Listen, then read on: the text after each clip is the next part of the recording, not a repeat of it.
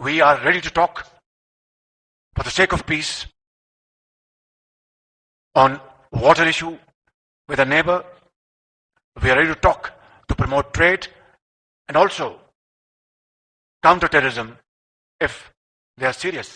मियां शहबाज शरीफ का कहना है कि वो भारत के साथ पानी, ट्रेड और आतंकवाद पर बात करने को तैयार हैं। लेकिन एक मिनट, इसमें कश्मीर कहाँ गया, जिसे पाकिस्तान अपनी जगलर वेन कहता है? Our stance, government stance on Kashmir is absolutely clear. It was our jugular vein. It is our jugular vein. We will not forget it, and we will not leave our Kashmiri brethren in their heroic struggle, what they are waging against the Indian occupation. Bharat ने ऐसा क्या कर दिया है जिसने पाकिस्तान को अपना कश्मीर राग अलापने को छोड़ने पर मजबूर कर दिया है? आइए इसे समझते हैं। अभी हाल ही में शहबाज शरीफ ईरान गए थे, जहां उन्होंने एक भाषण दिया जिसमें आतंकवाद, व्यापार और शांति की बातें तो थी, लेकिन कश्मीर वो कहीं सुनाई नहीं दिया।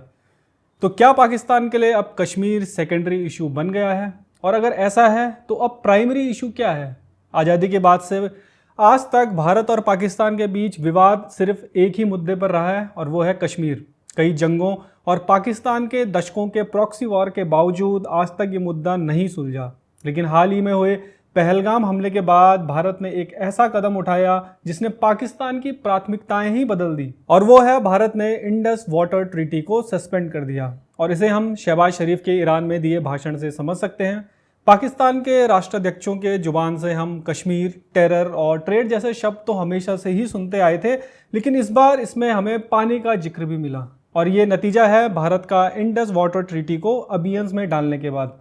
भले ही भारत में लोग पीएम मोदी के इस बोल्ड मूव की इंपॉर्टेंस को अभी सार्वजनिक तौर पर स्वीकार नहीं कर पा रहे हों, लेकिन पाकिस्तान को ये समझ आ गया है कि इंडस वाटर ट्रीटी को सस्पेंड करने के कारण भारत के हाथ में उसकी गर्दन आ गई है। तभी तो जो पाकिस्तानी नेता और फौज हमेशा कश्मीर कश्मीर चिल्लाती थी, आज अचानक पानी को लेकर भारत को धमकी दे रहे हैं। आप पहले पाक आर्मी की मीडिया विंग ISPR के डीजी अहमद शरीफ चौधरी, बिलावल भुट्टो और पाकिस्तानी सीनेटरों के भाषण को सुनिए। तुम हमारा पानी बंद कर दोगे, हम तुम्हारा सांस बंद कर देंगे। इस दरिया से हमारा पानी बहेगा या उनका खून बहेगा। 10 में से 9 लोग जो है ये इंडस वाटर बेसिन के ऊपर ही रिलाय करके अपनी जिंदगी बसर कर रहे हैं। 90% स्टेटिस्टिक्स के मुताबिक 90% जो हमारी क्रॉप्स हैं, जो हमारी फसलें हैं, वो इस पानी पे डिपेंड करती हैं। हमारे जितने पावर प्रोजेक्ट्स हैं, जितने डैम्स हैं, वो इसी पानी के ऊपर बने हुए हैं।